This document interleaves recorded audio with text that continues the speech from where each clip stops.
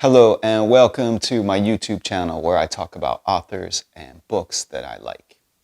I love to read horror, and one subgenre that particularly appeals to me is the haunted house subgenre. Not necessarily ghosts and things that go bump in the night, but in the haunted house subgenre, occasionally an author will explore a different kind of haunting.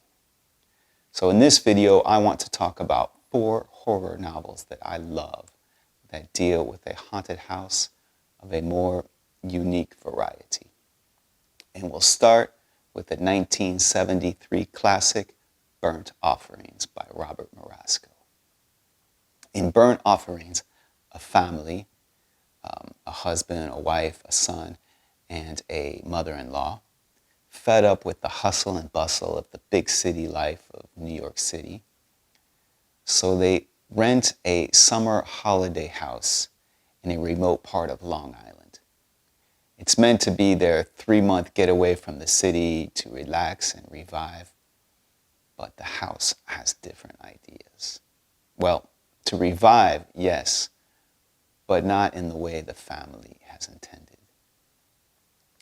Burnt Offerings is as much a haunted house story as it is a story about obsession, which is a theme that I love. You see, the matriarch of the family, she is obsessed with cleanliness and order, the outward show of beauty. So when they arrive at the house, enormous and elaborately furnished, yes, but old and decrepit and showing its signs of neglect and disuse. So she decides she's going to spend her summer holiday cleaning and restoring the house, bringing out the beauty and majesty she's sure it once possessed and can possess again. At first, the husband is annoyed, wishing she would spend more time with him and their son, but she's happy cleaning and restoring, and that's what's important, so he lets her be. At first, her efforts are rewarded. She polishes the silver, and the silver shines. The house begins to rejuvenate, reaping the fruits of her obsession.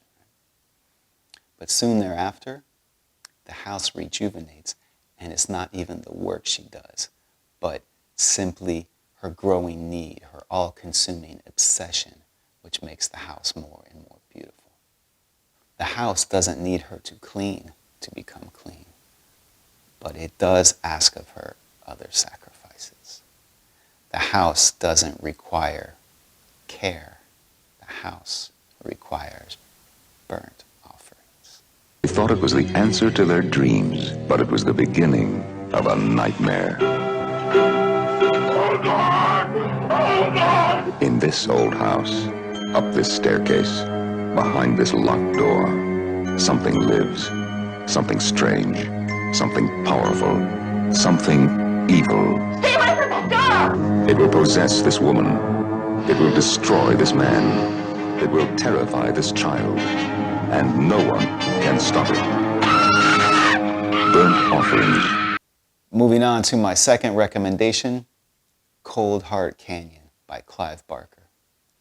Published in 2001, Coldheart Canyon starts off in Romania in the 1920s, where the assistant for a Hollywood actress, Katia Lupi, has been commissioned to purchase a monastery, which he breaks down brick by brick and has it shipped back to California to serve as the foundation for the actress's mansion, set in a relatively remote canyon outside of Hollywood.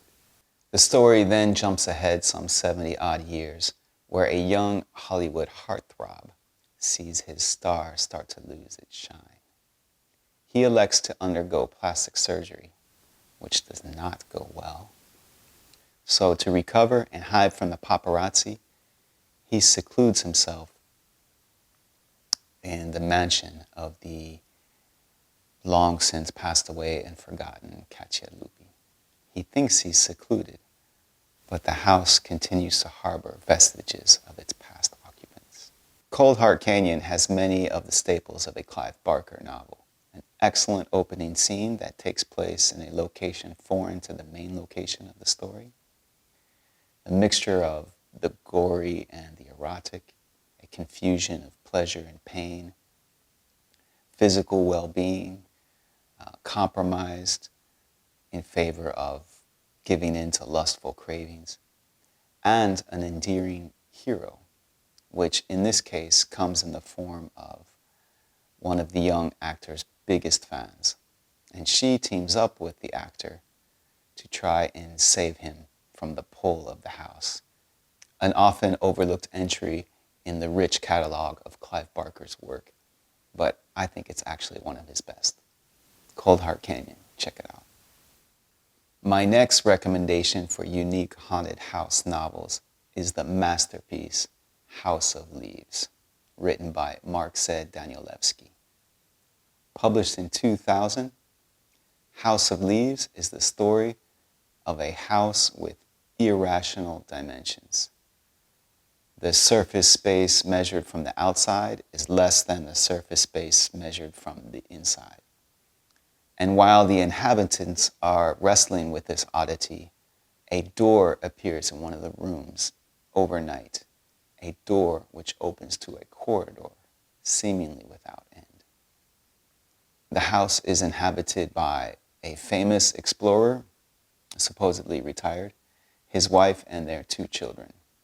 The supposedly retired explorer promised his wife that he was finished with his dangerous explorations and instead would dedicate himself to their marriage and their children. But he has to explore this new corridor, right? So once again, we have as one of the driving forces of the narrative obsession and all the sacrifices one's obsession can demand. The house is a labyrinth, and the book itself is a labyrinth. We are reading a manuscript written by a blind man who dictates to his assistants, full of footnotes referring to other publications about the house and referring to a documentary about the house and commentaries and critiques of that documentary. And the manuscript was found under mysterious circumstances by someone else who goes through it and makes footnotes to the footnotes and inserts his own story into the margins. So the story is told to us through many layers, many filters and angles, and it is simply gorgeously constructed. There is a scene in particular where a character is in the dark and he's trying to read a 700-page book, and he only has one book of matches. So he'll light a match, read the first page, then he'll burn that page to read the second page, and so on and so on. And we get to the end, and he has just one page left, but only one match. So he lights the match, and he burns the page he's reading, and he has to read it while the page is burning. That scene is exquisite. It's one of my favorite passages in all of literature. Not an exaggeration. House of Leaves it's hilarious at times, laugh out loud funny with its absurd attention to detail. At times it's terrifying, and at times poetic. A masterpiece, truly. And lastly, the 4th unique haunted house novel I want to recommend, House of Small Shadows by Adam Nevill. Published in 2013, House of Small Shadows is about a woman, Catherine, who gets a second shot at a career as an appraiser when she's invited to catalog and potentially put up for auction the complete works of the late, great M.H. Mason, an artist known for his elaborately detailed dioramas featuring taxidermied rats and other small animals, as well as lifelike costume dolls. To undertake this job, Catherine stays at the artist's well-preserved home, overseen in her work by the artist's elderly niece and her grumpy caregiver. The house raises shadows, not only of the artist's dark past, but also of Catherine's. What's so effective about this book is that the horror is terrifying and horrific, but also to the protagonist, there's a part of her that is attracted to it. So she has to find out what's going on, unravel the mystery, try to get away, and also resist the pull it has on her. Now, Adam Nevill is probably my favorite horror writer working today, at least the scariest, and it's not even close. So there you have 4 unique haunted house book recommendations. It's a genre I am particularly interested in, so if you have a recommendation for me, I would love to hear it. Please let me know about it in the comments below. And if you like horror that's more psychological, I have a few books out, and I'll do a quick plug. The Orthography of Madness and Misgivings, a collection of short stories previously published in anthologies and literary reviews with some previously unpublished stories. The collection spans 3 years of my career and 5 countries I lived in during that time. And the stories are grouped according to the country I was living in during their creation. And each section is prefaced with a short biographical essay. So travelogue fiction, I call it. Also a shorter collection of modern tongue-in-cheek horror fables, stories to tell your children, assuming you are a very bad parent. A collection of 5 novellas of psychological horror, Delirium's Muse, published by Running Wild Press. Also available in French, À l'abri de la raison. Thank you for watching. Please hit like and subscribe. That helps me out a lot. I appreciate it. And we'll see you at the next video.